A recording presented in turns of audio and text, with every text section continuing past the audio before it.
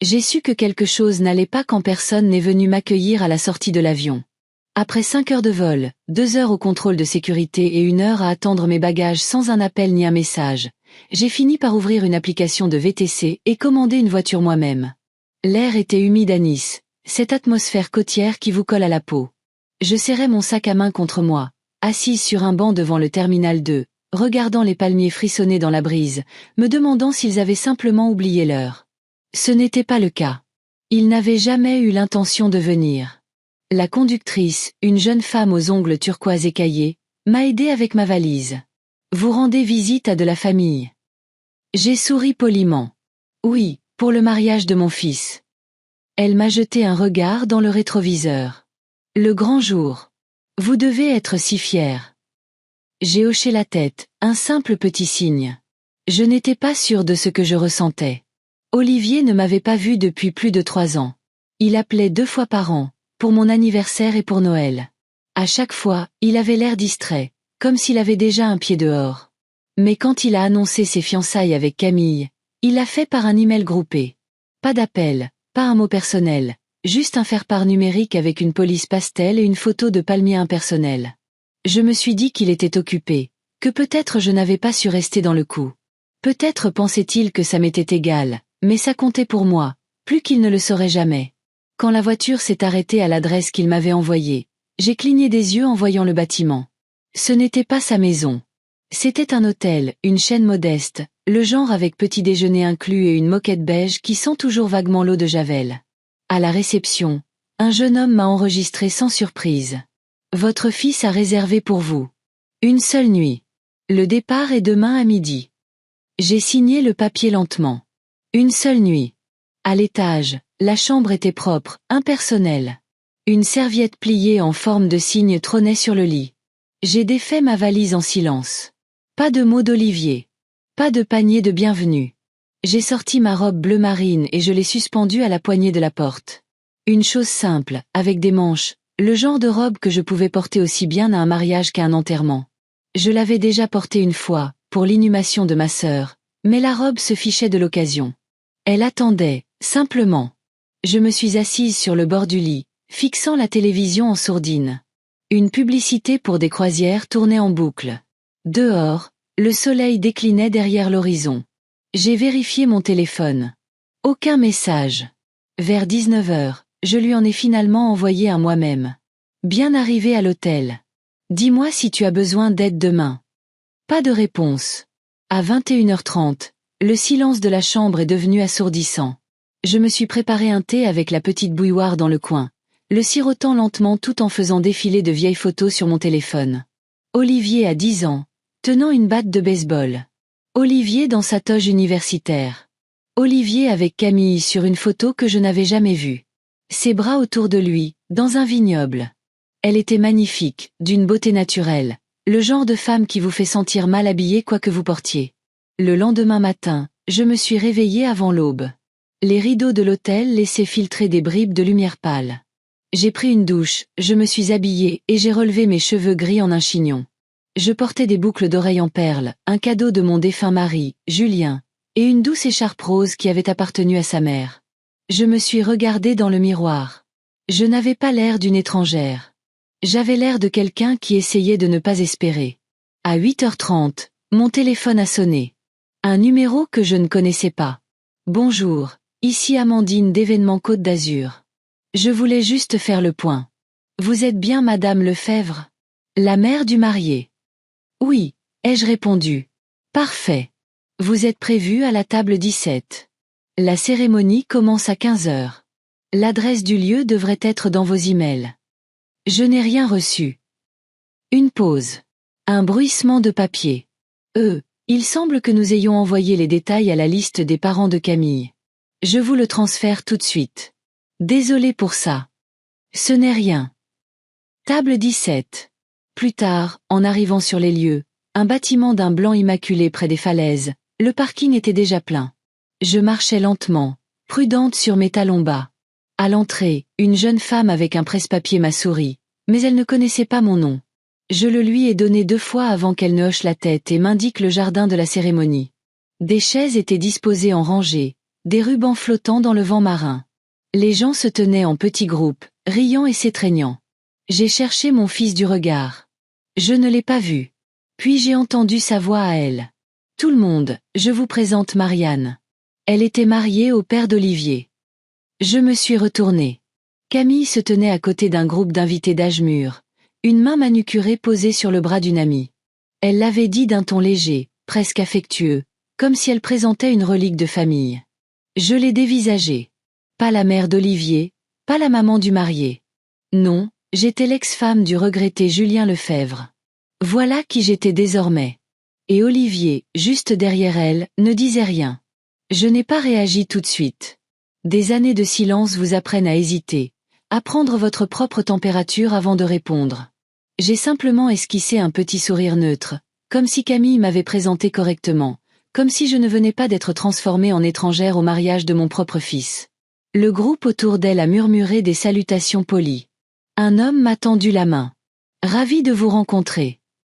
Je la lui ai serrée. Il ne savait pas. Comment aurait-il pu? Olivier rajustait ses boutons de manchette, toujours silencieux, feignant toujours que je n'avais pas entendu. Je serai au 3e rang, ai-je dit calmement. Camille a souri, se tournant déjà vers son cercle.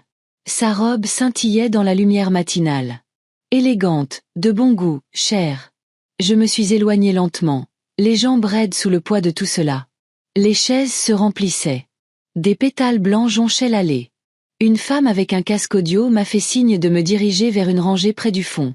Réservée à la famille élargie, a-t-elle chuchoté. J'ai regardé le carton sur le siège. Mon nom n'y figurait pas. Juste, invité, table 17. Je me suis assise. La cérémonie était charmante. Trop charmante, pour être honnête. Le genre de perfection qui ne laisse aucune place au souvenir. Des vœux répétés, pas ressentis. Les mots que Camille a lus ressemblaient à un tableau Pinterest. Olivier souriait, un sourire large, charmeur, sincère. Il avait l'air heureux. Ou peut-être soulagé. Pas une seule fois pendant la cérémonie, il n'a jeté un regard dans ma direction. Ils se sont embrassés, tout le monde a applaudi, les appareils photos ont cliqueté, et moi, j'étais assise au dernier rang, les mains jointes sur mon sac à main, attendant le signal pour disparaître. À la réception, une navette transportait les invités jusqu'à la salle de bal. J'ai demandé si je pouvais monter avec la famille. Le chauffeur a semblé perplexe. Uniquement la famille proche dans celle-ci, madame. Bien sûr. J'ai attendu la suivante. Quand je suis arrivée, dans une grande salle au plafond haut avec des lustres en cristal et un quatuor à cordes dans le coin, mon nom ne figurait pas sur le plan de table principal. J'ai trouvé une coordinatrice qui a vérifié à nouveau sa liste. Ah, oui. Table 17, juste à côté des cuisines. Elle a souri comme si cela compensait quelque chose. J'ai traversé la salle. Les tables brillaient de couverts dorés et de menus gaufrés. Les centres de table étaient des tours d'orchidées blanches. À la table 17, 7 personnes étaient déjà assises, aucune que je ne reconnaissais. Une cousine éloignée de Camille, un ancien collègue d'Olivier, un couple venu de Vancouver qui ne connaissait personne d'autre. J'ai souri et je me suis assise, silencieuse, polie, un fantôme en perles. De l'autre côté de la salle, je pouvais voir Olivier rire avec Camille et ses parents. Il avait l'air détendu. Je les ai vus porter un toast. Puis le père de Camille s'est levé et a fait un discours sur 2 familles merveilleuses qui s'unissaient. Le nom de Julien a été mentionné. Le mien, non. Personne ne m'avait demandé de photos avec les mariés. Aucune fleur à la boutonnière. Aucune mention dans le programme. Même mon titre, mère du marié, avait été discrètement effacé. J'ai siroté le vin. J'ai hoché la tête à l'inconnu à côté de moi. J'ai écouté un homme parler de voile. J'ai fait semblant de ne pas remarquer que le professeur d'anglais d'Olivier du lycée était assis plus près de la piste de danse que moi. Plus tard, alors que le dîner était servi, je me suis éclipsée aux toilettes. Je me suis tenue devant le miroir. Je n'ai pas pleuré. J'ai pressé mes mains contre le comptoir et j'ai laissé le poids de tout cela s'installer dans ma colonne vertébrale. Quand je suis revenue, le dessert avait déjà été servi.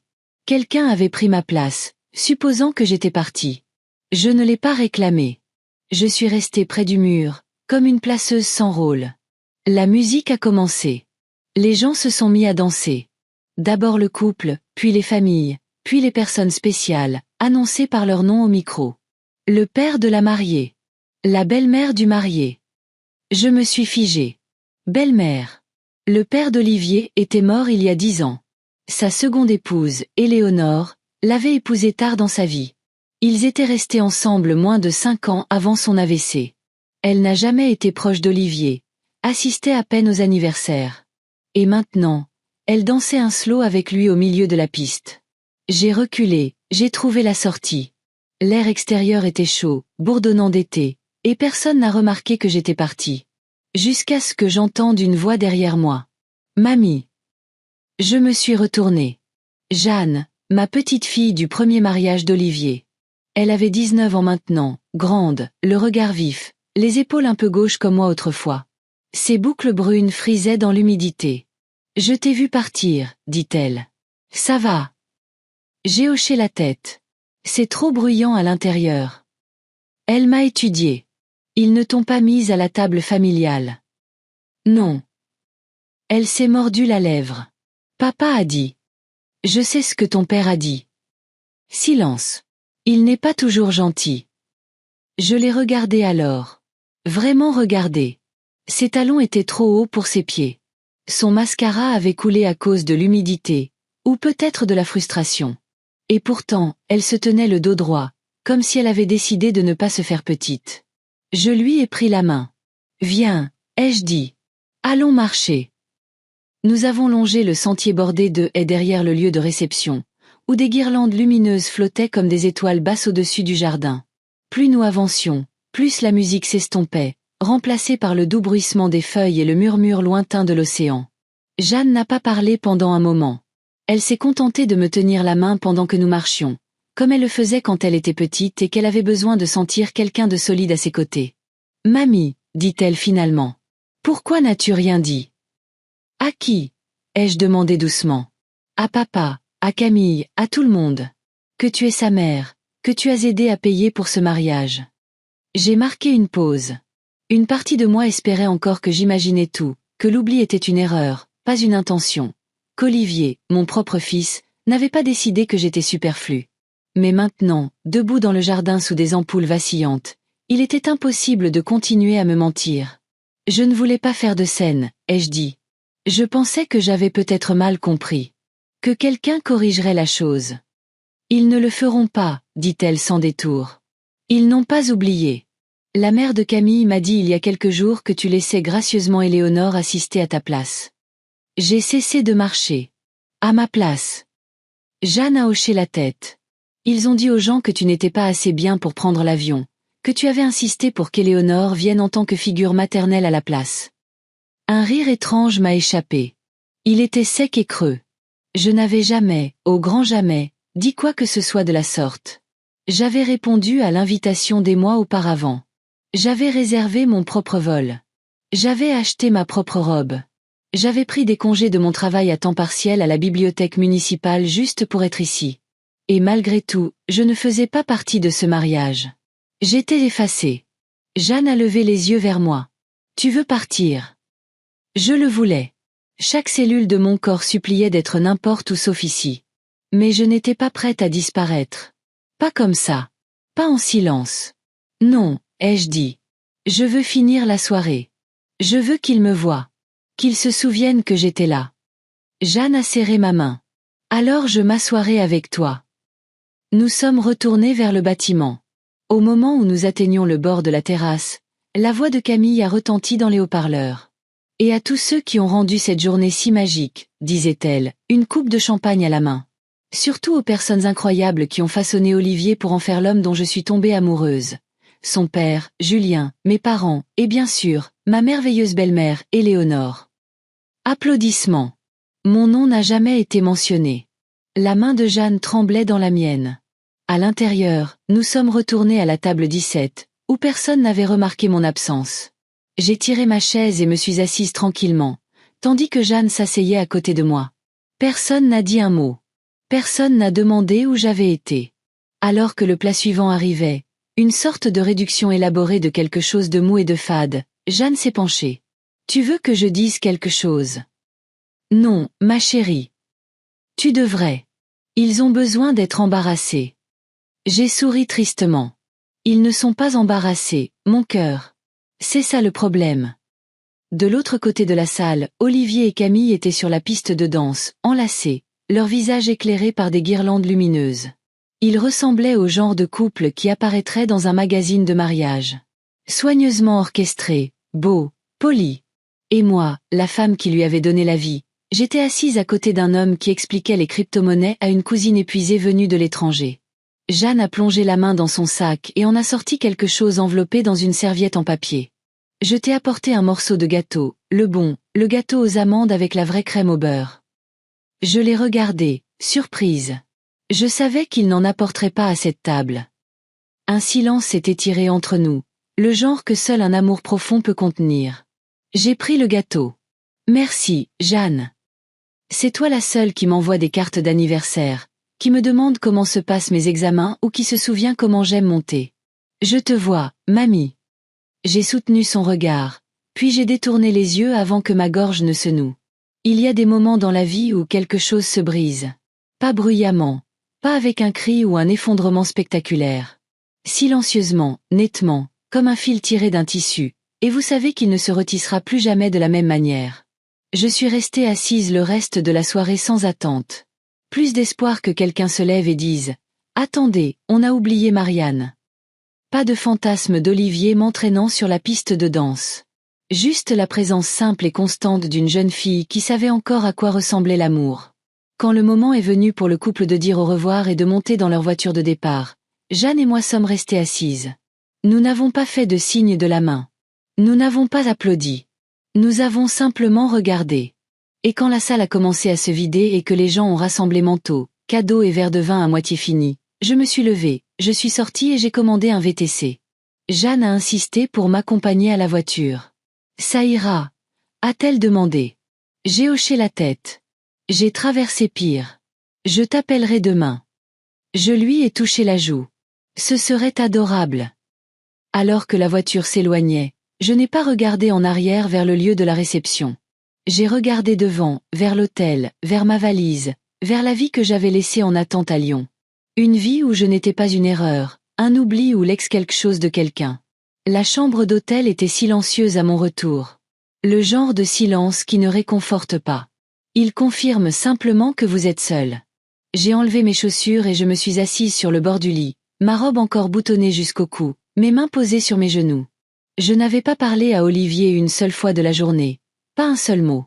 Ni à mon arrivée, ni pendant la cérémonie, ni à la réception. Nous n'avions même pas échangé un regard. C'était comme s'il avait chorégraphié toute la journée pour m'exclure avec une précision chirurgicale.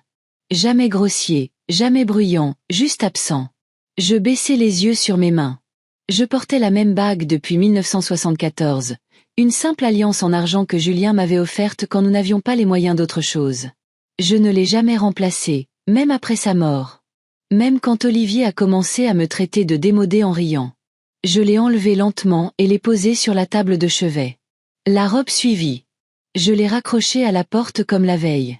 Sauf que cette fois, je savais que je ne la remettrais plus. Pas pour Olivier. Pas pour quiconque ne pouvait pas prononcer mon nom sans s'étouffer avec sa fierté. Je me suis assise au petit bureau, j'ai ouvert ma tablette et je me suis connectée au portail du mariage que l'organisatrice m'avait envoyé des mois plus tôt. Mon nom était enfoui dans les méandres du système de facturation, lié à plusieurs factures de fournisseurs. Traiteurs, payés en totalité par mois. Arrangements floraux, moi. Acompte du photographe, moi. C'était mon cadeau, un cadeau silencieux. J'avais demandé à rester anonyme, pensant que cela préserverait la dignité, pensant que cela empêcherait Olivier de protester. Il ne m'avait jamais remercié, mais je m'étais dit que c'était parce qu'il ne savait pas. Maintenant, je n'étais plus sûre de ce qu'il savait ou de ce qu'il prétendait ne pas savoir. En bas de la liste des factures, j'ai vu un paiement final prévu pour le lendemain, le solde pour la location du lieu. Il serait prélevé automatiquement sur mon compte. Une dernière révérence, courtoisie de la femme assise à côté des cuisines. Mes doigts ont survolé les coordonnées de la coordinatrice. Et puis j'ai fait une pause. Pas encore. Pas par rage. Pas par orgueil blessé. J'avais besoin de réfléchir. Et quand j'agirais, ce serait de manière claire, irréversible et mienne. J'ai fermé la tablette. À la place, J'ai fouillé dans ma valise et j'en ai sorti une lettre que je n'avais pas l'intention de remettre. Pas aujourd'hui. Peut-être jamais. Je l'avais écrite dans l'avion, pliée en 3 et glissée dans une enveloppe au nom d'Olivier. Elle n'était pas amère. Elle n'était pas dramatique. Elle était honnête. Une lettre d'une mère à son fils, pleine de questions silencieuses et de la douce tristesse de décennies passées trop vite. Je n'avais pas su si je la lui donnerais. Maintenant, je savais que je ne le ferais pas. Je l'ai déchirée en 2, puis encore en 2. Puis j'ai pleuré. Pas les sanglots déchirants d'une femme bafouée, mais les larmes lentes et silencieuses de quelqu'un qui a passé une vie à attendre que l'enfant qu'elle a élevé revienne à la maison. Pas à sa maison, mais à son cœur. Quand j'ai arrêté, je me suis fait teinter dans la petite bouilloire de l'hôtel et les bu lentement, regardant par la fenêtre les lumières clignotantes de Nice. Cela m'avait toujours semblé si loin de Lyon. Maintenant, ça avait juste l'air petit. Je suis allée me coucher sans mettre de réveil. Au milieu de la nuit, je me suis réveillée une fois, désorientée, cherchant instinctivement Julien. Et puis je me suis souvenu qu'il était parti depuis 10 ans, et que maintenant Olivier était parti aussi, juste d'une manière différente. Le matin, mon téléphone s'est allumé avec un message. Jeanne. Bonjour mamie. Je prends juste de tes nouvelles. J'espère que tu as bien dormi. Je le pensais hier soir. Je te vois. Appelle-moi quand tu seras prête. J'ai serré le téléphone contre ma poitrine. Ce message, juste ces quelques mots, ressemblait plus à un foyer que tout ce qu'Olivier avait dit au cours de la dernière décennie.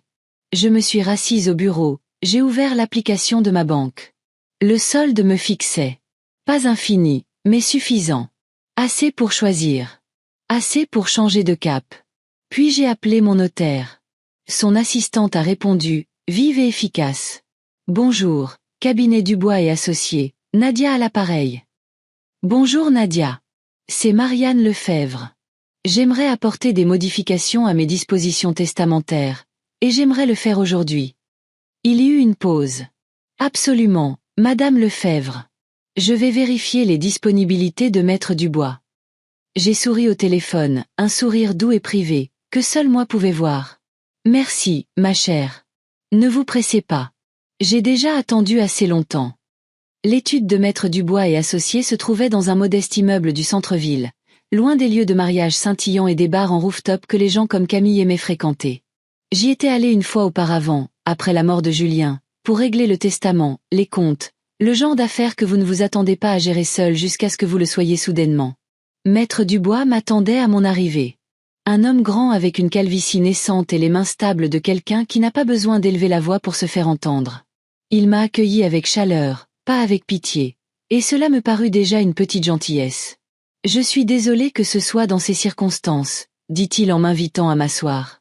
Pas moi, ai-je répondu. Cela parut le surprendre, mais il hocha la tête et ouvrit son bloc-notes. Que souhaitez-vous changer? Tout. J'ai sorti un mince dossier de mon sac et l'ai glissé sur la table. Mon testament actuel lègue la majorité de mes biens à mon fils, Olivier Lefebvre. Ce n'est plus approprié. Maître Dubois m'a étudié un instant, puis a ouvert le dossier. Je veux que la maison de Lyon soit placée dans une fiducie en mon nom, avec une désignation de bénéficiaire pour ma petite fille, Jeanne.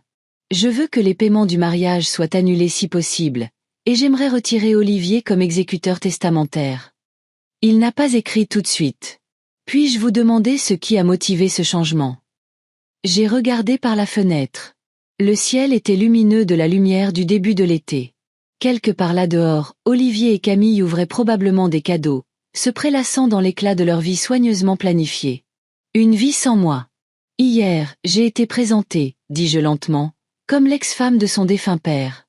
Pas comme sa mère, pas comme la personne qui a payé la moitié de leur mariage, pas même comme quelqu'un digne d'une mention. Maître Dubois hocha la tête gravement. Je comprends. Et pourtant, je ne veux pas être vengeresse. Il ne s'agit pas de vengeance. Alors de quoi s'agit-il? De dignité, dis-je simplement. Et de clarté. J'ai passé des années à prétendre que les choses allaient bien, à lisser les insultes avec de l'espoir. Je ne veux plus faire ça. Il commença à prendre des notes.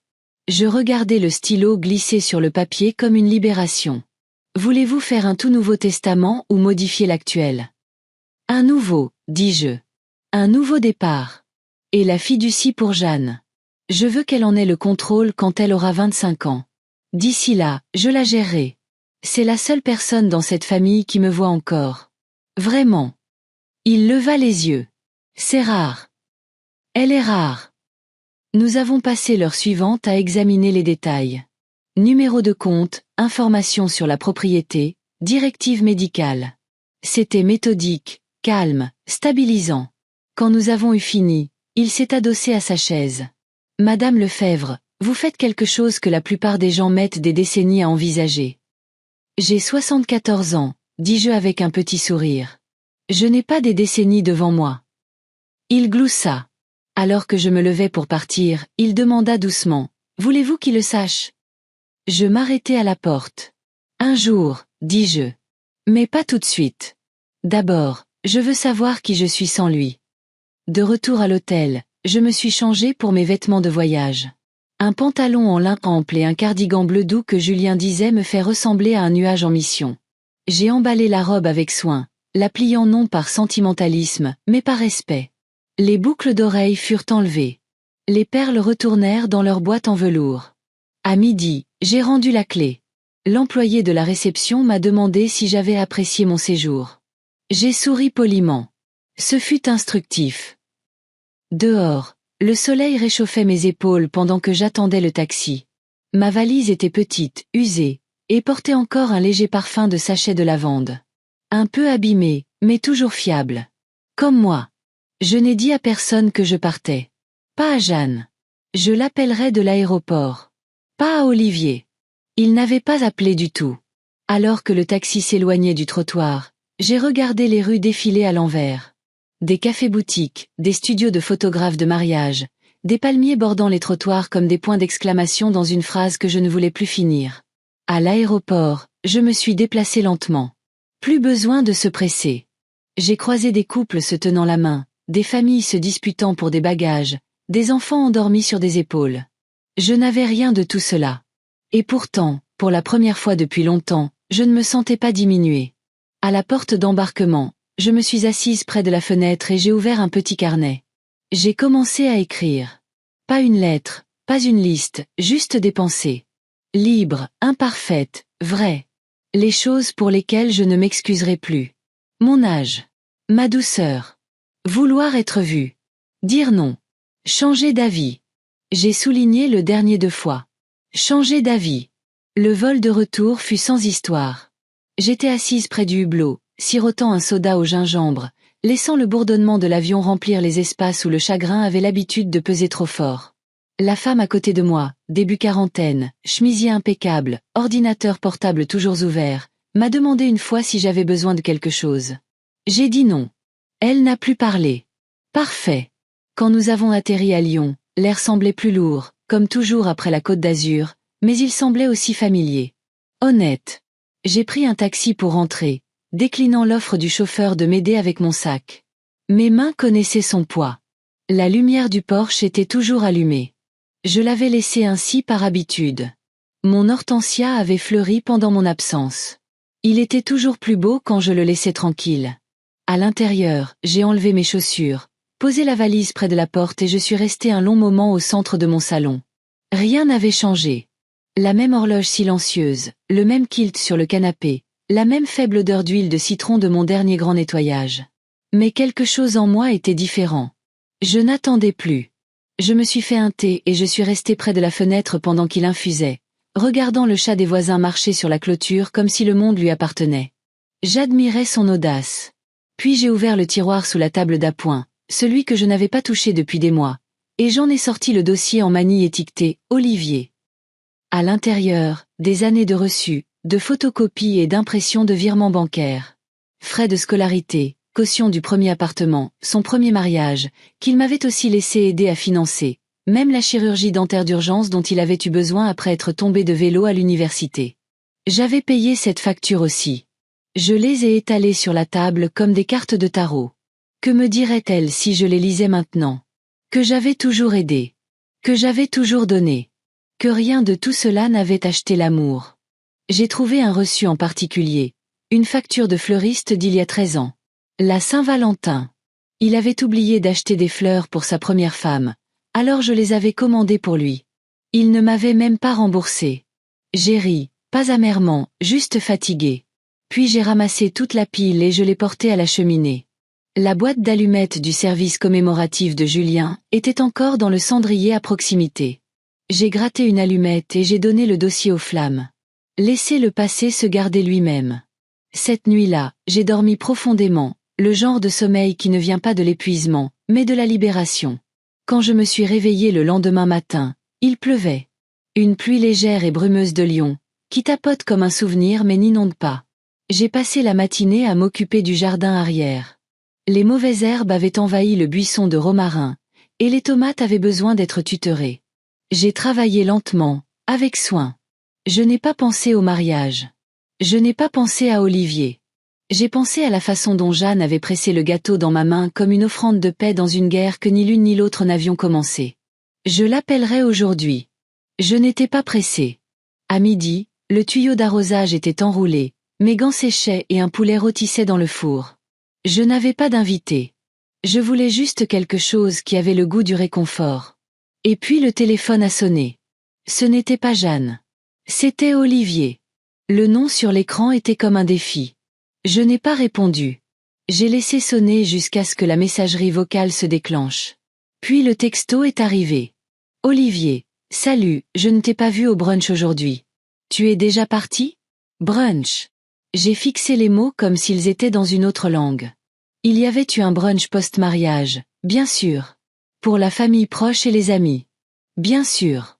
J'ai tapé 3 mots, puis les ai effacés, tapé 5 de plus, puis supprimé à nouveau. Finalement, j'ai posé le téléphone sans répondre. Il a rappelé 2 heures plus tard. J'ai ignoré à nouveau. Cette fois, il a laissé un message. Maman, je voulais juste prendre de tes nouvelles. Camille a dit que tu semblais silencieuse hier. Écoute, si quelque chose ne va pas, on peut en parler?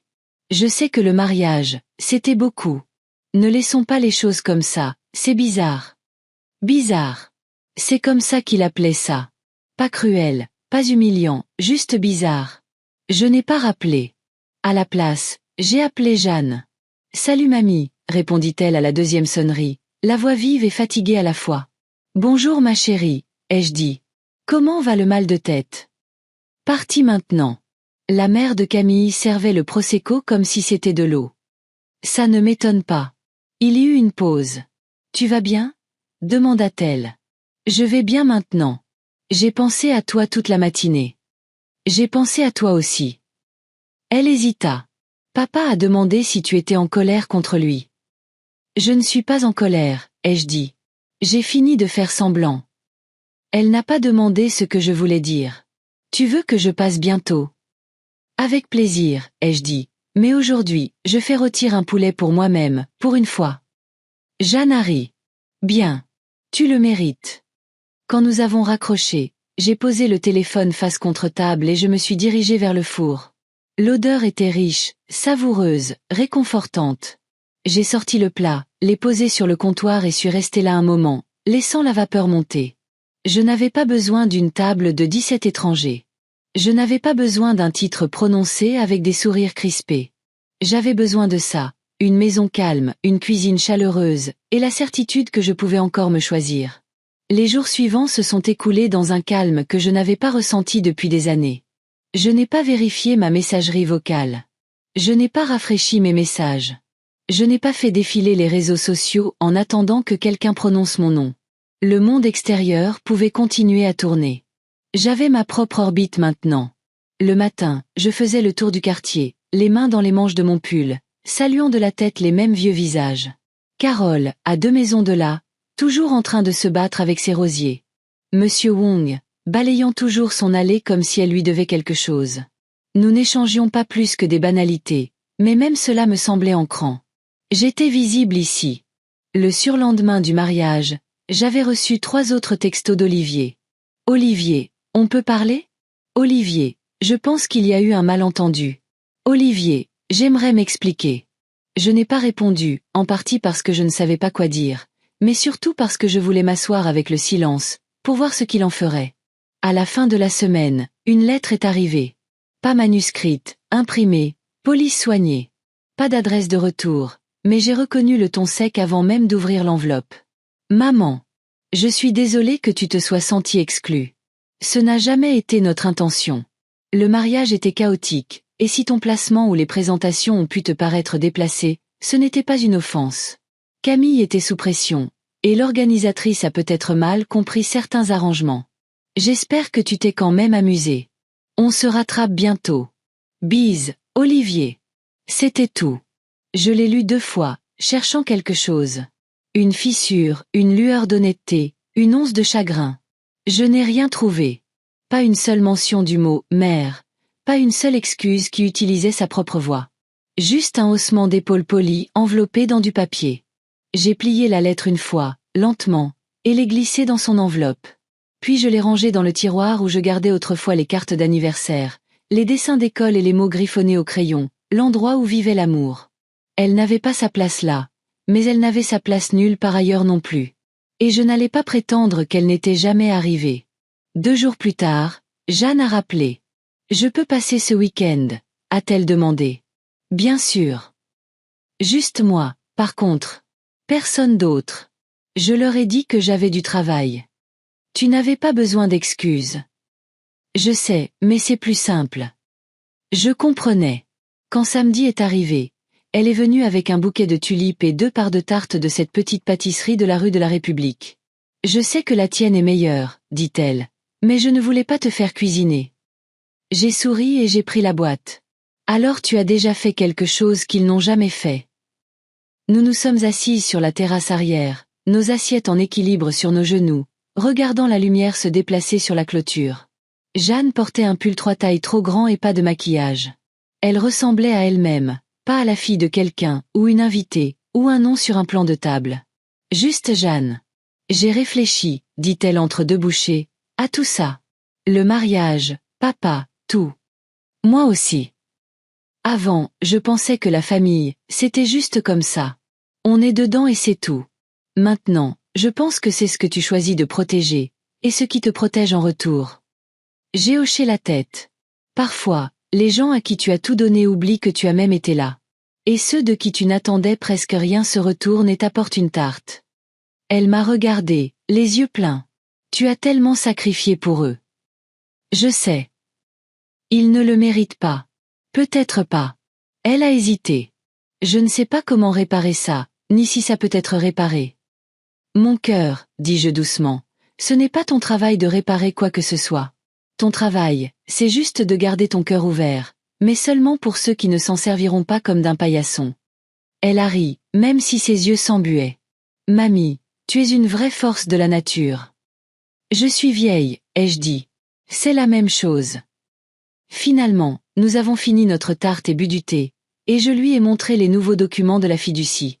Elle a d'abord essayé de protester. Tu es sûre? Je le suis. Mais c'est...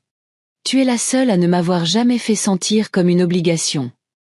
Elle n'a plus parlé après ça, a juste posé sa tête sur mon épaule alors que le ciel virait au rose et que le vent se levait. Plus tard, en partant, elle m'a serré plus fort qu'elle ne l'avait jamais fait. Je t'aime, dit-elle. Je sais, ai-je murmuré en retour. C'est la seule raison pour laquelle je suis encore debout.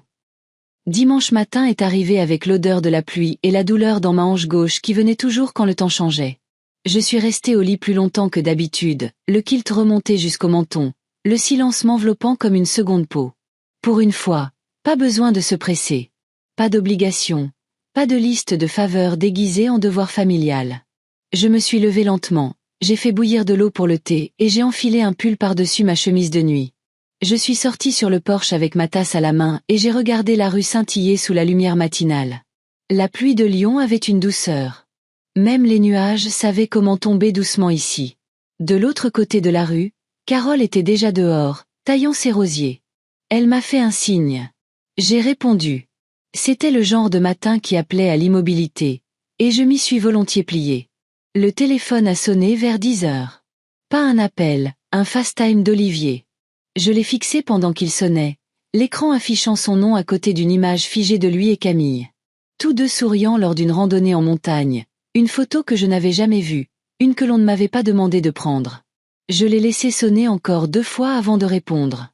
Il est apparu à l'écran, légèrement hors champ, tenant le téléphone trop près. Ses cheveux étaient en désordre et l'éclairage était mauvais. « Salut », dit-il. « Salut maman. »« Bonjour, Olivier. » Une pause. Il a jeté un regard sur le côté avant de continuer. « Je voulais juste prendre de tes nouvelles. Je sais que les choses ont été bizarres. » Ce mot, encore. « J'ai reçu ta lettre, ai-je dit. » Il s'est agité. « Ouais, je me suis dit que ça ne suffirait peut-être pas. » En effet. Il a détourné le regard. « D'accord, juste. » Une autre pause. J'ai attendu. Je n'allais plus faire le travail à sa place. Je ne me suis pas rendu compte que Camille t'avait présenté comme ça, dit-il. Comme l'ex de papa. Elle ne le pensait pas. Non, ai-je dit calmement. Je veux dire, c'est juste sorti de travers. Elle était nerveuse. La journée était stressante. Donc, c'était une erreur. Il a hésité. Pas exactement. Je veux dire, écoute, je ne pensais pas que ça avait tant d'importance. Tu étais là. C'était un grand jour. J'ai penché la tête. Tu ne pensais pas que la place de ta mère dans ta vie avait de l'importance. Sa bouche s'est ouverte, puis s'est refermée. Olivier, ai-je dit, la voix calme mais ferme.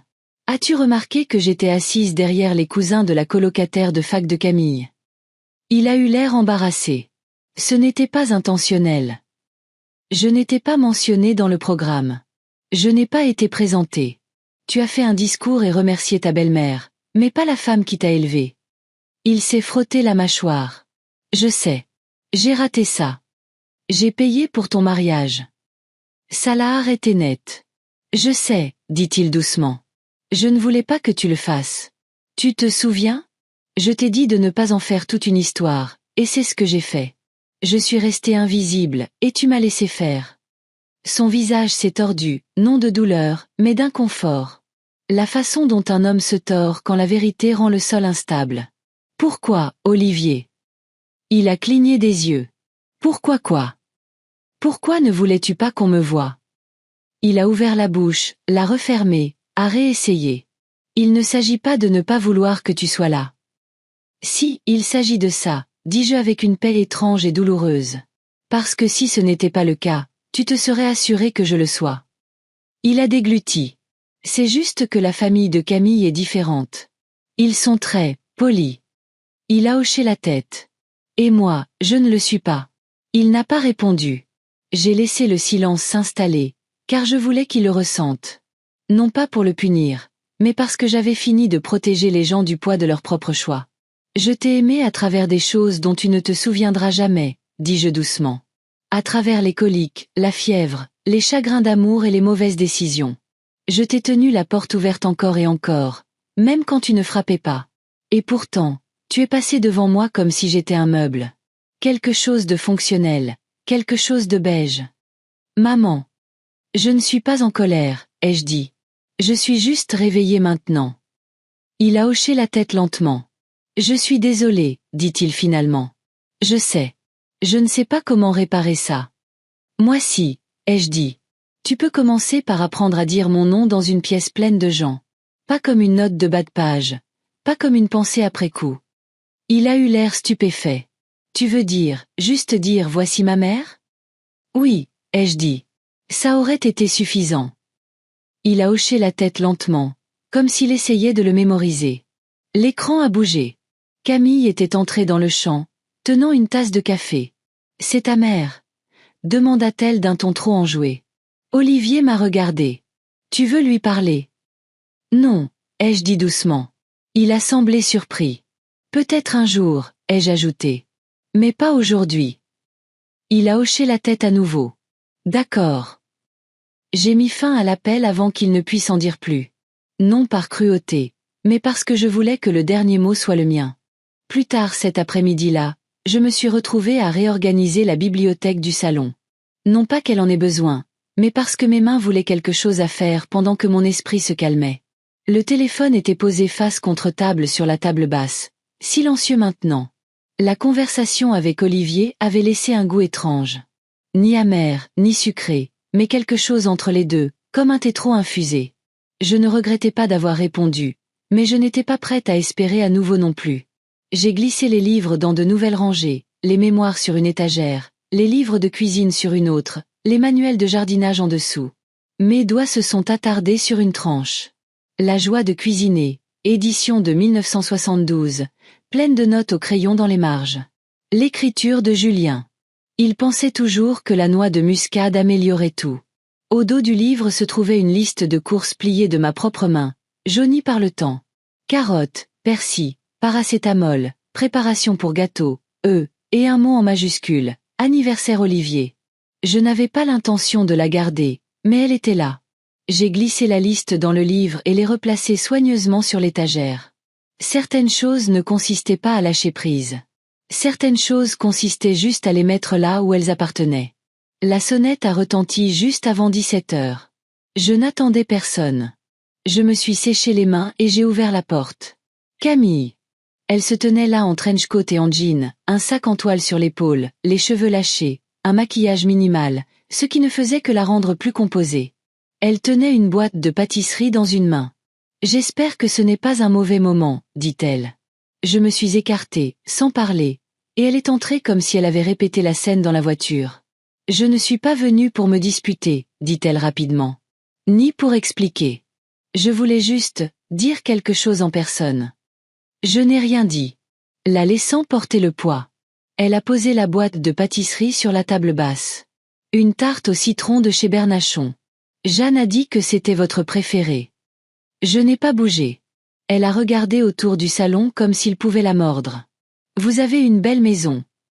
Que vouliez-vous dire? Ai-je demandé finalement. Camille a pris une profonde inspiration. Je n'ai pas réalisé ce que j'avais fait avant la fin du mariage. Je haussai les sourcils. Non. Elle se corrigea. Ce n'est pas vrai.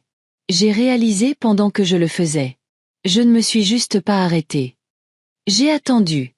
Vous m'intimidiez, dit-elle, la voix basse. Pas parce que vous étiez dur, mais parce que je ne savais pas comment vous cerner. Olivier m'a raconté des bribes, toujours avec ce ton qu'il prend quand il ne veut pas être vulnérable, et j'ai comblé les vides moi-même. Elle baissa les yeux. Et puis vous êtes arrivée, et vous étiez élégante, posée et calme, et je me suis sentie comme une enfant à côté de vous. Alors j'ai essayé de vous rabaisser devant tout le monde. Sa voix trembla. Je suis désolée. Ce n'était pas dramatique. Ce n'était pas théâtral. C'était juste là, une phrase qui coûtait quelque chose. J'ai hoché la tête. Merci. Elle a levé les yeux, surprise par la facilité de la chose. Vous savez, dis-je doucement, je n'ai pas besoin d'être adorée. J'ai vécu trop longtemps pour ça. Mais je m'attends à être vue, surtout par les personnes qui entrent dans cette famille. Camille a hoché la tête. Je ne vous ai pas vu. J'ai vu ce dont j'avais peur. Et c'était quoi? Que Olivier ait encore plus besoin de vous que de moi. Cela a touché quelque chose de profond. Je me suis assise lentement. Ce n'est pas le cas. Ses yeux croisèrent les miens. Je ne dis pas ça pour vous réconforter, dis-je. Je le dis parce que c'est la vérité. Il n'a pas besoin de moi depuis longtemps. Et c'est très bien. Ça fait partie de l'éducation d'un enfant. On leur apprend à s'éloigner, mais ça ne veut pas dire qu'on cesse d'être celle qui leur a donné des jambes. Elle a expiré. Je ne suis plus en colère, ai-je ajouté. Mais j'ai changé. Je peux le voir. Bien. Elle a regardé la tarte. Je peux la laisser. Vous pouvez. Elle s'est levée, hésitante. Voudriez-vous un jour essayer à nouveau avec moi? Je veux dire, pas pour être amies. Juste pour ne pas être des étrangères. Je l'ai considéré. Je pense, ai-je dit, que j'aimerais attendre et voir d'abord comment vous traitez Jeanne. Cela me dira ce que j'ai besoin de savoir. Son visage s'adoucit. Juste. Elle s'est tournée pour partir. À la porte, elle s'est arrêtée. Je suis contente que vous ayez répondu à son appel. Je n'ai pas répondu pour lui, ai-je dit. J'ai répondu pour moi-même. Elle a hoché la tête une fois et est sortie dans la lumière déclinante. J'ai fermé doucement la porte derrière elle et j'ai regardé la tarte au citron sur la table. Je n'y ai pas touché.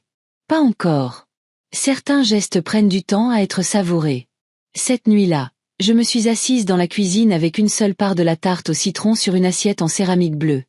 Les bords étaient trop nets, le glaçage trop brillant, comme un dessert qui essayait trop d'impressionner. J'ai pris une petite bouchée. C'était bon. Pas meilleur que la mienne, mais bon. Je n'ai pas mangé le reste. J'ai couvert l'assiette et l'ai placée au réfrigérateur. Je ne la punissais pas.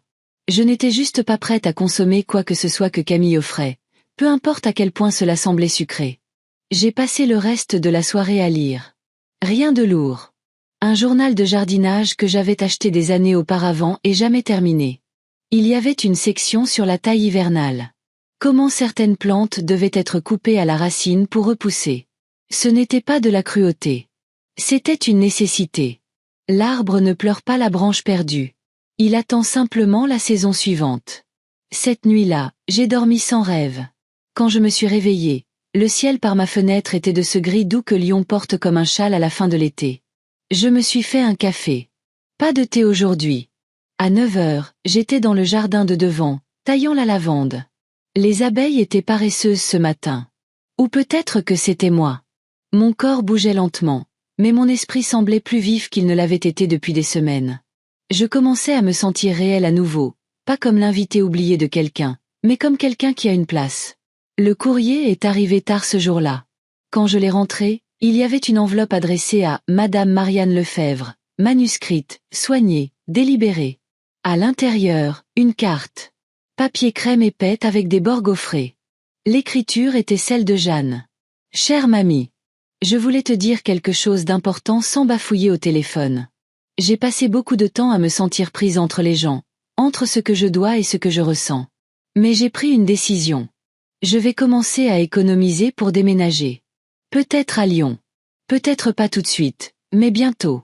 Je veux construire quelque chose qui me semble réel, quelque chose qui ne me diminue pas, et je veux le faire avec des gens qui me voient. Merci d'avoir été mon premier miroir. Je t'embrasse, Jeanne. Je suis restée assise avec la carte sur mes genoux pendant un long moment, mes mains encore poussiéreuses de terre. Je n'ai pas pleuré, non par retenue, juste par paix. Plus tard dans la journée, j'ai rappelé mon notaire. Je veux ajouter quelque chose, ai-je dit à Maître Dubois, à la fiducie. Il était prêt avec son stylo. Bien sûr.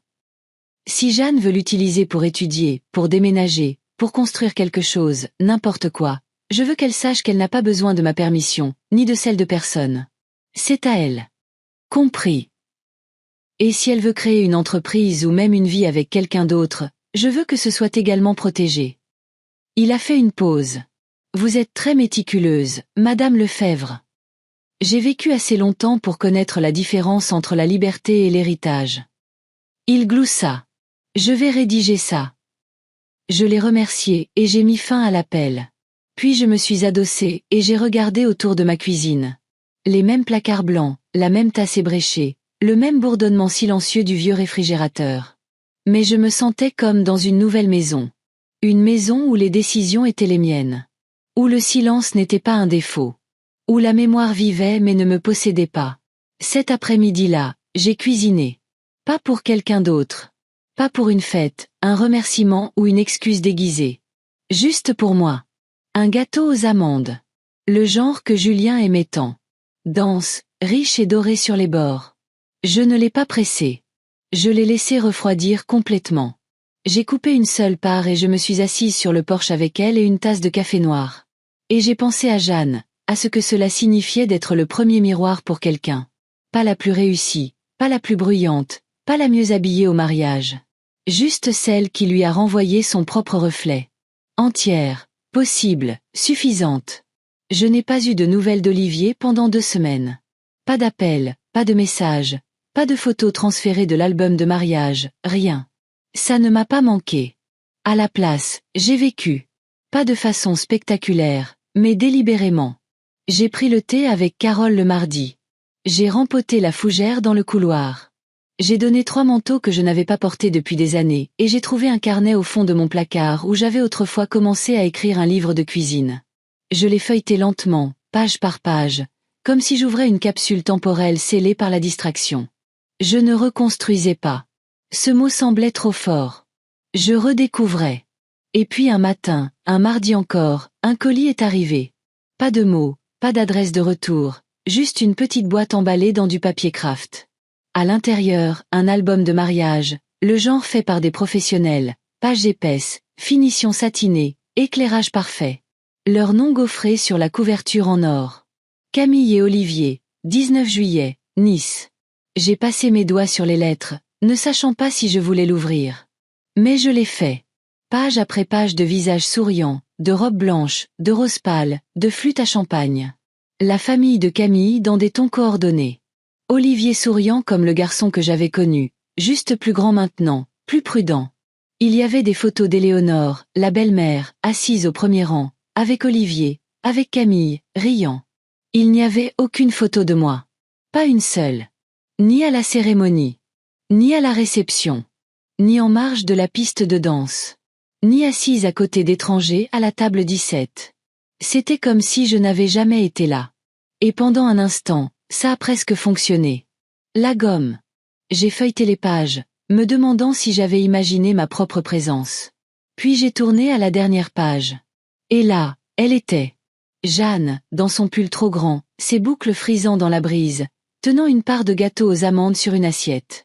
Un cliché pris sur le vif. Quelqu'un a dû le prendre sans qu'elle le sache. Elle ne regardait pas l'appareil photo. Elle regardait sur le côté. Peut-être vers moi, peut-être vers personne. Mais elle avait l'air pleine, pas vide, pas posée, pas feinte. Juste pleine de quelque chose de réel. J'ai refermé le livre. Ça ne piquait pas. Plus maintenant. Parce que malgré toute leur mise en scène, tous leurs angles, leurs retouches et leur argent, la seule photo qui semblait honnête était celle qu'ils n'avaient pas eu l'intention de garder. Je n'ai pas jeté l'album. Je ne l'ai pas renvoyé. Je l'ai placé sur l'étagère à côté des vieux livres de cuisine de Julien où il resterait, non pas comme un souvenir, mais comme un dossier. La preuve de jusqu'où les gens iront pour réécrire la vérité avec du vernis. Ce soir-là, j'ai appelé Jeanne. Elle a décroché à la deuxième sonnerie. « Salut mamie. »« Bonjour ma chérie. J'ai reçu une livraison aujourd'hui. »« Oh non, dit-elle.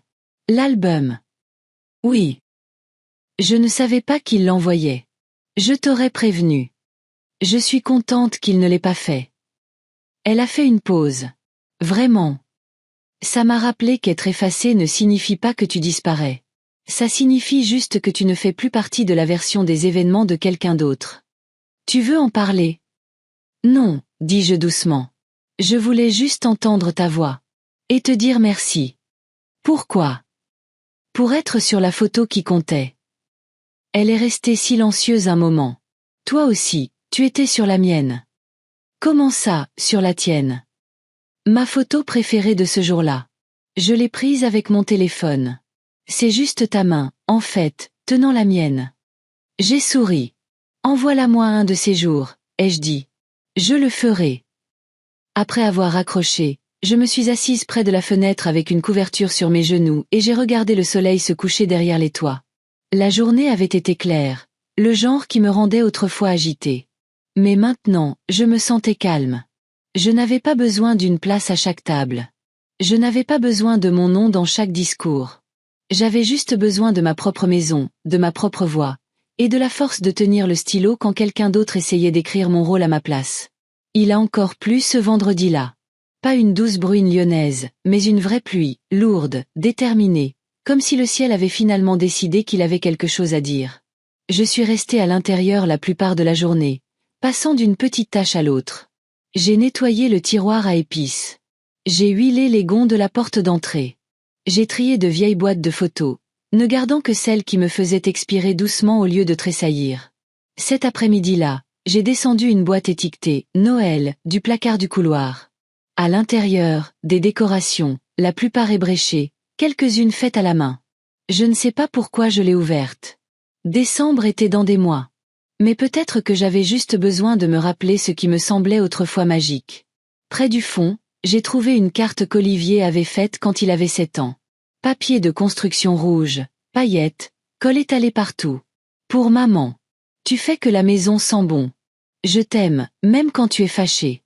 Il y avait un dessin de moi, censé porter un tablier, bien que je ressemble plus à un pompier avec un gâteau. J'ai souri. Je n'ai pas pleuré. Au lieu de cela, je me suis levée, je suis allée à la cuisine et j'ai scotché la carte sur le réfrigérateur. Non par sentimentalisme, mais comme preuve de qui j'étais, de qui il voyait autrefois. Plus tard dans la soirée, On a frappé à la porte. Je n'attendais personne. Quand j'ai ouvert, j'ai trouvé Olivier. Pas d'appel avant, pas d'avertissement. Il se tenait là dans un manteau marine, les cheveux mouillés par la pluie, tenant un petit sac de course. Ses yeux cherchaient les miens, prudents. « Salut », dit-il. Je ne me suis pas écarté. « Je peux entrer une seconde ?» Je n'ai pas répondu tout de suite. Puis j'ai bougé juste assez pour le laisser passer. Il est entré lentement, comme s'il s'attendait à ce que les meubles aient l'air différents. Il a posé le sac sur le comptoir. « J'ai apporté de la pâte d'amande, dit-il. Et de la farine, et des œufs. » J'ai regardé le sac, puis lui. « Tu as l'intention de cuisiner ? » Je voulais apprendre. Il a dit. « Le gâteau aux amandes. Jeanne a dit que tu le faisais encore. » J'ai haussé un sourcil. Elle a dit que tu l'avais fait pour toi, que tu ne l'avais pas partagé. C'est vrai, ai-je dit. Il n'était pas à partager. Il a hoché la tête. Je l'ai mérité. Je n'ai pas répondu. Il a regardé autour de la cuisine, remarquant la carte sur le réfrigérateur. Tu as gardé ça ? Demanda-t-il doucement. Depuis 35 ans. Il s'est frotté les mains. J'étais un gamin égoïste. Tu étais un enfant, ai-je corrigé. Mais tu es devenu un homme égoïste. Il a tressailli mais n'a pas argumenté. Tu veux faire le gâteau ou t'excuser ? Ai-je demandé. Les deux, dit-il. Si tu me le permets. Je l'ai fixé, cherchant une performance. Je n'en ai pas trouvé. Ce que j'ai vu était plus petit que le regret, plus humble. Pas un grand geste, juste un homme avec des manches mouillées et de la farine dans un sac, essayant de franchir le seuil. Lave-toi les mains, ai-je dit. Il l'a fait. J'ai sorti le saladier, mesuré tranquillement. Il se tenait à côté de moi, les yeux suivant chaque mouvement. Quand j'ai cassé les œufs, il a grimacé. Je n'ai jamais été bon à ça. Tu n'as jamais essayé. Je pensais que tu aimais tout faire. J'aimais ça quand quelqu'un remarquait. Il a hoché la tête. Nous avons travaillé principalement en silence. Il posait des questions quand il en avait besoin. Je n'ai pas rempli le silence.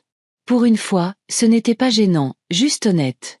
Pendant que le gâteau cuisait, nous nous sommes assis à la table de la cuisine. J'ai versé du thé. Il n'a pas demandé de sucre. Je sais ce que j'ai fait, dit-il finalement. Au mariage. Avant. Pendant des années. J'ai attendu. Je n'arrêtais pas de te diminuer parce que ça me faisait sentir plus grand.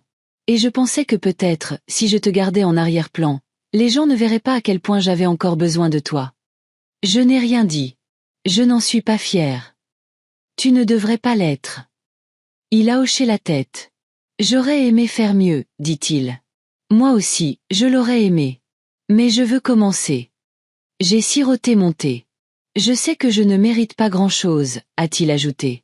Mais peut-être, s'il reste de la place, j'aimerais être réadmis. Lentement. Selon tes conditions. Le four a sonné. Je me suis levée, j'ai sorti le gâteau, l'ai posé sur la grille pour qu'il refroidisse.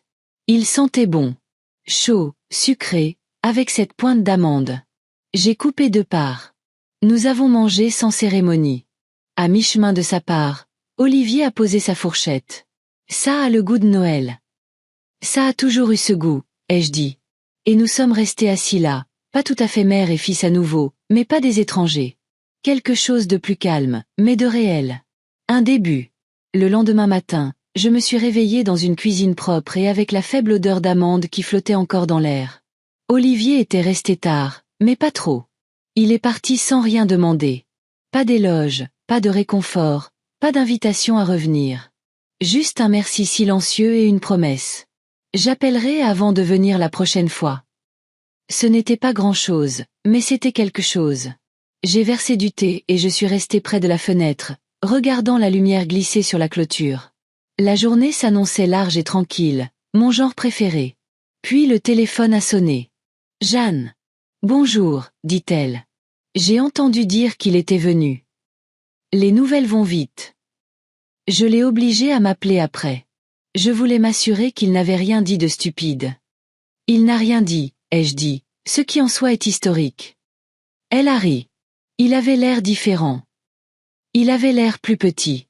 C'est souvent ce que fait l'honnêteté. Est-ce que ça semblait réel? Je ne suis pas sûre, ai-je admis. Mais il a apporté de la pâte d'amande. Ça doit compter pour quelque chose. Nous avons parlé un peu plus longtemps de son nouveau travail, de la lente réparation de la fuite de son propriétaire, de la paire de bottes pour laquelle elle économisait. Elle semblait plus légère aussi, comme si le poids de choisir son camp s'était enfin levé. Après avoir raccroché, je me suis habillée pour la journée. De vrais vêtements, pas seulement ceux que l'on porte pour arracher les mauvaises herbes. Un pantalon, un pull, une paire de boucles d'oreilles que je n'avais pas touchées depuis des années. Aucune raison particulière. Je voulais juste ressembler à quelqu'un qui a des projets. Je suis allée à la quincaillerie pour remplacer une poignée de tiroirs qui étaient desserrés depuis 2016. J'ai acheté une nouvelle plante pour le couloir. J'ai marché lentement dans les allées d'ustensiles de cuisine, laissant mes doigts traîner sur l'acier poli et la céramique comme si cela importait. Parce que ça importait. Parce que j'importais. De retour à la maison, je suis passée devant la bibliothèque et je me suis arrêtée. L'album de mariage était toujours là, intact depuis le jour de son arrivée. Je l'ai sorti, j'ai tourné une fois de plus à la dernière page, vers l'image de Jeanne, prise dans sa propre lumière, tenant son gâteau comme une femme tenant quelque chose de plus important qu'un dessert. J'ai glissé la photo de la page et je l'ai mise dans un nouveau cadre, que j'ai placé sur la cheminée. Les autres, celles des étrangers polis et des sourires orchestrés, je les ai laissées dans l'album, que j'ai refermé sans un bruit. Ce soir-là, j'ai fait rôtir un poulet à nouveau, juste pour moi. Je me suis assise à la table de la cuisine avec une serviette en tissu, un verre de vin, et sans excuse. Au milieu du dîner, un message est arrivé. Olivier, ça irait si Camille venait avec moi la prochaine fois? Seulement si tu es prête. Je n'ai pas répondu tout de suite. J'ai fini de manger. J'ai débarrassé la table. J'ai plié la serviette, rincé l'assiette et séché la fourchette. Puis j'ai répondu par texto. Moi. Elle peut venir si elle comprend qu'elle ne vient pas pour se défendre. Sa réponse est arrivée rapidement. Olivier. Compris. Je m'en assurerai. Et juste comme ça, le sol sous nous a de nouveau bougé. Pas fissuré, pas réparé, mais différent. Cette nuit-là, avant de me coucher, j'ai allumé une seule bougie sur le rebord de la fenêtre. Julien faisait ça pendant les pannes de courant.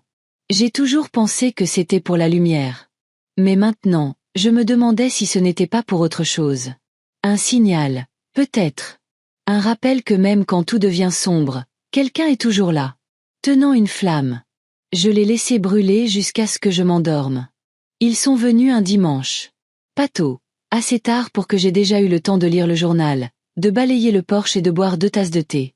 Je portais mon pull vert, celui au manche effiloché qui me donnait toujours l'impression d'être quelqu'un qui avait gagné le droit d'être à l'aise dans sa propre maison. Quand la sonnette a retenti, je ne me suis pas précipitée. Olivier se tenait à nouveau sur le porche, mais cette fois, il s'est immédiatement écarté, laissant Camille apparaître.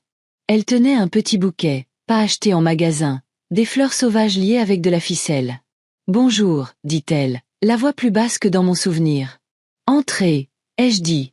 Enlevez vos chaussures. » Ils ont obéi. Je les ai conduits au salon. Il semblait plus petit maintenant, avec nous 3 dedans. J'ai indiqué le canapé. Ils se sont assis, les mains proches mais sans se toucher. J'ai pris mon fauteuil. Il y eut un silence.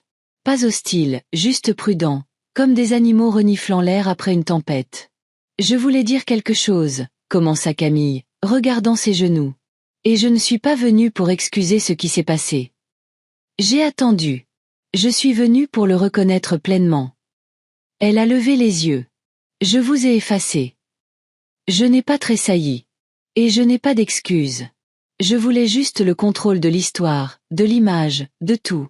Et en faisant ça, je suis devenue quelqu'un que j'avais juré de ne jamais être. Quelqu'un qui traite l'amour comme un accessoire, ai-je demandé. Elle a hoché la tête. Exactement. Olivier l'a regardée, surpris qu'elle l'ait dit si crûment. Mais elle n'a pas arrêté. Je pensais que si je vous gardais en arrière-plan, vous ne menaceriez rien. Mon rôle, ma présence. Je pensais que vous faire paraître plus petite ferait paraître le reste d'entre nous plus grand. Et maintenant, ai-je demandé. Je vois que je n'ai fait que me faire paraître petite. Je me suis légèrement adossée, laissant le poids de ces mots s'installer. Vous avez apporté des fleurs, ai-je dit. Elle a hoché la tête. Du jardin de ma mère. Elle ne sait pas que je les ai prises. Je me suis permis un sourire. Bien. C'est un début. Nous sommes restés assis avec ça un moment. J'ai refait une tarte au citron, dit-elle. 2 fois, en fait. Toujours trop sucré. Essayez d'ajouter du sel à la pâte, ai-je dit. L'équilibre est tout. Elle a semblé reconnaissante pour la note. Pas parce que cela signifiait une approbation, mais parce que cela signifiait que nous parlions la même langue. Je ne nous forcerai pas à être proches, a-t-elle ajouté. Mais je veux mériter la chance d'être connue pour moi-même. Pas comme la femme qui s'est interposée entre une mère et son fils. J'ai regardé Olivier. Il n'avait pas encore parlé. Ressens-tu la même chose? Ai-je demandé. Il a dégluti. Oui. Sans condition. Non, dit-il. Juste du temps et de la vérité. La vérité, ai-je répété. C'est plus cher que la plupart des gens ne le réalisent. Je sais, dit-il. Je suis prêt à payer. Nous ne nous sommes pas étreints. Il n'y avait pas de musique, juste le son de l'horloge qui tic-taquait sur la cheminée et la faible odeur de la bougie à la lavande que j'avais allumée avant leur arrivée. Je me suis levé de mon fauteuil. Du thé. Ils ont tous deux hoché la tête. Je suis allé à la cuisine, j'ai fait bouillir l'eau, versé 3 tasses, une noire, une avec du miel, une avec du citron. Je me souvenais encore de leurs préférences, non pas parce qu'ils avaient mérité ce souvenir, mais parce que moi, si. J'ai posé le plateau sur la table entre nous. Nous avons siroté en silence pendant un moment. Finalement, Camille a fouillé dans son sac et en a sorti un petit cadre. J'ai imprimé quelque chose pour vous, dit-elle. J'ai regardé. C'était la photo de Jeanne, le cliché pris sur le vif avec le gâteau, le vent dans ses cheveux. Je l'ai trouvé sur son téléphone, dit Camille. Elle me l'a laissé emprunter. Merci, ai-je dit. Elle a dit que c'était le moment le plus réel de tout le mariage. Elle avait raison. J'ai pris le cadre et l'ai posé à côté de la lampe. Olivier a finalement parlé. Je suis désolée que ça ait pris si longtemps. Ça prend toujours plus de temps que ça ne devrait, ai-je dit. Mais mieux vaut tard que jamais. Nous n'avons pas tout réparé cet après-midi-là. Nous n'avons même pas effleuré la surface. Mais quand ils sont partis, ils l'ont fait tranquillement, respectueusement. Et quand la porte s'est refermée derrière eux, je suis restée dans le couloir et j'ai pris une profonde inspiration. Puis je suis allée dans la cuisine, j'ai ouvert le réfrigérateur et j'ai coupé une nouvelle part de gâteau aux amandes. Une pour moi, et une à emballer dans du papier d'aluminium pour les mains de quelqu'un d'autre. J'avais l'habitude de penser que le silence était une force, que si l'on ne disait pas la blessure, cela rendait digne, que si l'on la portait seule, on était plus courageuse. Mais le silence ne fonctionne que si quelqu'un écoute dans le calme. Sinon, c'est juste une absence à laquelle on apprend à survivre. Je le vois maintenant. 2 mois ont passé depuis le mariage, depuis que j'ai pris l'avion pour Nice, que je me suis assise au fond et que j'ai regardé mon nom disparaître de l'histoire de mon propre fils. 2 mois depuis que je suis rentrée à la maison et que je me suis souvenue de qui j'étais, non pas comme la mère de quelqu'un, l'invité de quelqu'un, l'erreur de quelqu'un, mais comme une personne entière. Et maintenant je m'occupe de choses, pas de gens. Des choses qui poussent avec des soins, pas des attentes. Mes tomates prospèrent. J'ai planté du thym près du portail. J'ai recommencé à écrire. Pas des lettres cette fois, mais des recettes, des notes dans les marges. Une autre sorte d'histoire. Le genre que l'on transmet sans avoir besoin d'applaudissements. Olivier appelle 1 fois par semaine. Il essaie. Je ne le récompense pas pour ça et je ne le punis pas quand il dérape. Je réponds juste si j'en ai envie. C'est nouveau pour moi. Camille a envoyé un livre d'essais la semaine dernière. Des femmes sur la maternité, le vieillissement, l'identité. Il n'y avait pas de dédicace, juste un post-it jaune sur la couverture. La page 147 m'a fait penser à vous. C'était un essai sur les excuses. De vraies excuses. Le genre qui ne demande pas la rédemption, seulement la reconnaissance. J'ai gardé le mot, non pas parce que je lui pardonne, mais parce que je la vois essayer. Jeanne me rend souvent visite. Elle cherche du travail maintenant, veut déménager d'ici 1 an. Elle appelle ça « construire son propre nom ». Je lui ai dit que c'est tout ce que nous faisons tous à la fin. Certains commencent juste plus tard que d'autres. Je lui ai fait promettre une chose, qu'elle écrirait tout. La joie, le doute, les jours où elle se demande si elle fait quoi que ce soit de bien. Non pas que j'ai besoin de le lire, mais parce qu'un jour, elle en aura besoin. J'ai de nouveau révisé mon testament. Légèrement, tranquillement. Jeanne reçoit toujours tout. Mais j'ai ajouté une lettre. Pas légale, pas formelle, juste une page glissée derrière le document de la fiducie. Elle commence ainsi. Tu ne dois ton silence à personne, pas même à ceux qui t'ont donné la vie. Surtout pas à eux s'ils te demandent d'abandonner la tienne en échange. J'espère qu'elle la lira un jour et hochera la tête, non avec tristesse, mais avec compréhension. Et moi? Je vais toujours à la boulangerie le vendredi, je balaie toujours le porche, je fais toujours trop de soupe et j'en congèle la moitié pour personne en particulier. Je ne cherche plus de sens dans chaque petit geste maintenant. Je vis, simplement. Mais quand je fais le gâteau aux amandes, je fais toujours une part supplémentaire. Je l'emballe dans du papier d'aluminium. Je la laisse sur le comptoir. Juste au cas où quelqu'un passerait. Quelqu'un qui aurait enfin appris à frapper. Et si vous avez lu jusqu'ici, si quelque chose dans cette histoire a résonné trop près de la vôtre, alors écoutez-moi, doucement et clairement. Vous n'avez pas à rester là où l'on ne vous voit pas. Vous avez le droit de vous choisir, même s'il est tard. Et si vous tenez quelque chose dans vos mains, de la douleur, de la fierté, une recette pour laquelle personne ne vous a jamais remercié, écrivez-le. Dites-le à quelqu'un, ou dites-le vous. Mais ne le laissez pas disparaître. Parce que vous étiez là, et vous comptiez. Si cette histoire vous a trouvé, laissez-la reposer ici un moment. Si elle vous a ému, partagez-la avec quelqu'un qui en a besoin aussi. Et si c'était vous, dites quelque chose. Nous vous entendons. Vraiment.